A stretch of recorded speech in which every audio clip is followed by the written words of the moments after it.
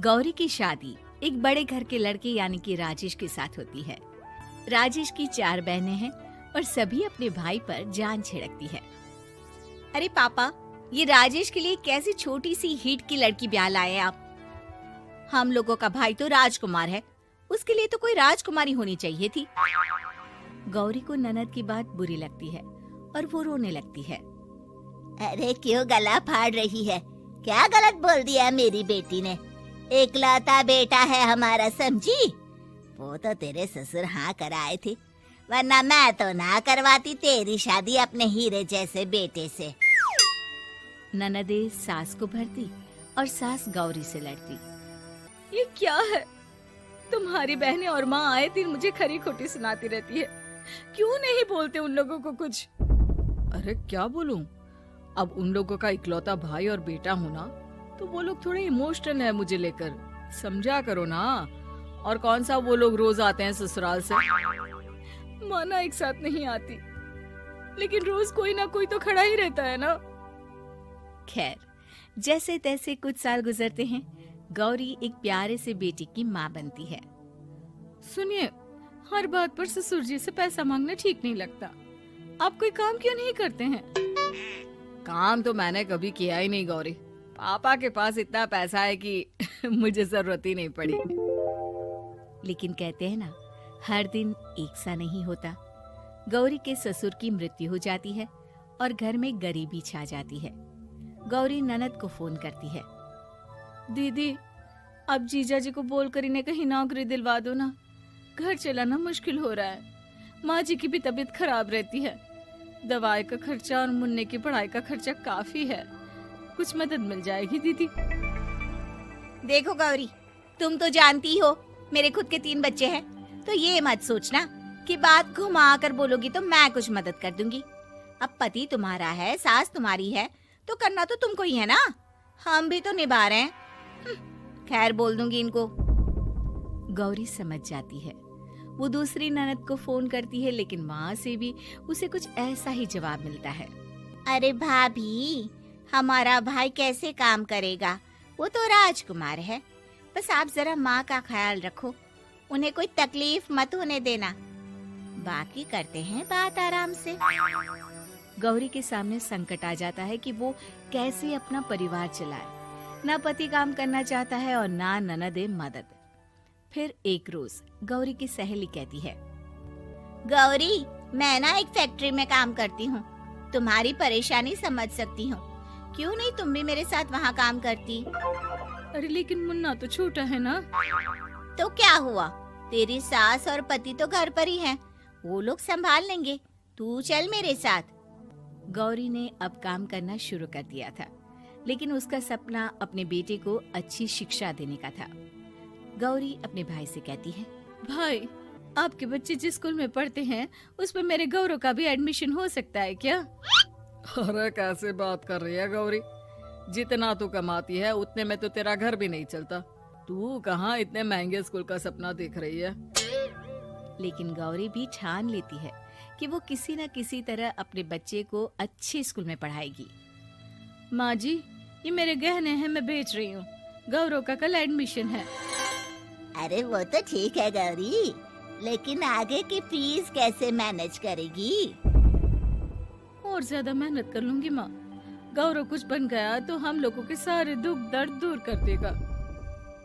गौरी, हम लोगों ने तुझे गलत समझा, लेकिन तू ही थी जो ये घर लेकर चल रही है, वरना कब की अलग हो जाती।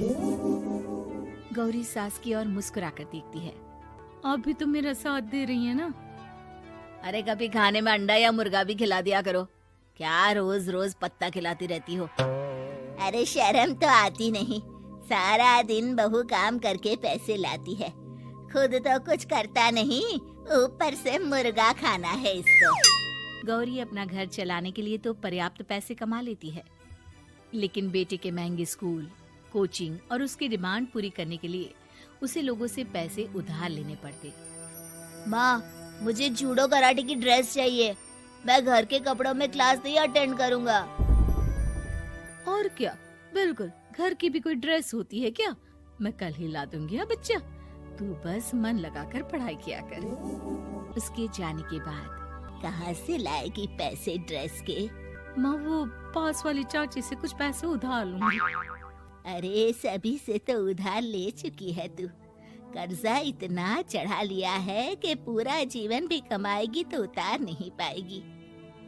अरे माँ जी, गौरव कुछ बन जाए तो मुझे कमाने की क्या जरूरत, फिर तो मैं बस रानी बनकर राज करूंगी। एक दिन गौरव कहता है, माँ मेरी नौकरी लग गई है, वो भी अच्छे पैसों में। अब हम लोगों के बुरे और दुख के दिन जल्दी खत्म हो जाएंगे। गौरी की खुशी का ठिकाना नहीं होता। वो सास की फोटो के सामने हाथ जोड़ती है कि उसका पति उसे कहता है, देखा गौरी, तेरी तपस्या खत्म हुई। इतने सालों से जो तू फैक्ट्री में नौकरी कर रही है, अब तू आराम कर सकती है। अरे नहीं नहीं, अभी तो नौकरी लगी है, कुछ दिन कुछ पैसे कमा तो लेने दो। कुछ महीनों बाद गौरी की ननद गौरव के लिए रिश्ता लेकर आती है। अरे भाभी, वो मैं ना रिश्ता लेकर आई थी गौरव के लिए। सुना अच्छा कमा रहा है, क्यों? देखा मेरी बहन कितनी अच्छी है, कितना सोचती है हम लोगों के लिए। गौरी कुछ नहीं कहती, लेकिन उसका मन नहीं होता है कि वो बेटी की शादी इतनी जल्दी कर दे। हाँ वो तो ठीक है, लेकिन अभी कुछ कर्जा है जिसे उतारना है। तो क्या हो गया, शादी के बाद भी उतार लेगा। कम से कम एक लड़की आ जाएगी तो आराम रहेगा। गौरी लोगों के प्रेशर में आकर बेटे की शादी कर देती है और शादी के बाद एक दिन जब अपनी फैक्ट्री में जाती है। मैनेजर साहब, कैसे इस फैक्ट्री में 22 साल काम कर लिया पता ही नहीं चला।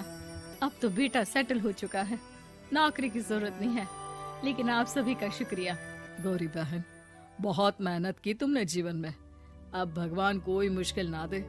गौरी घर आती है, लेकिन दरवाजे के बाहर से ही उसे बहू और बेटे की आवाज सुनाई देती है। क्या है, तुम्हारी माँ ने तो सोचा भी नहीं कि जो कर्जा वो ले रही है खुद की अय्याशी के लिए, वो हम लोग क्यों भरे? उनका कर्जा है वो देखे। हाँ लेकिन क्या करूं, माँ को छोड़कर रह भी तो नहीं सकता ना। अरे रह नहीं सकते तो क्या करोगे? पूरी जिंदगी उनका कर्जा चुकाते रहोगे? कल को हमारी भी फैमिली बढ़ेगी, कैसे मैनेज करेंगे? मैं नहीं जानती, साफ साफ बोल दो पैसे नहीं है फालतू के। जिसका कर्जा है वही निपटाए। गौरी बेटे बहू की बात सुनकर स्तब्ध रह जाती है और अंदर न आकर वहाँ से सीधे फैक्ट्री जाती है।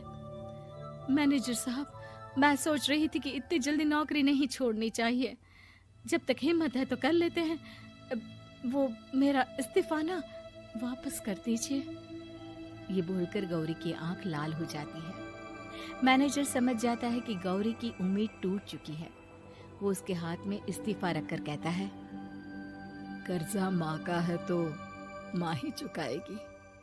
माँ का कर्जा आज तक क्या कोई चुका पाया है?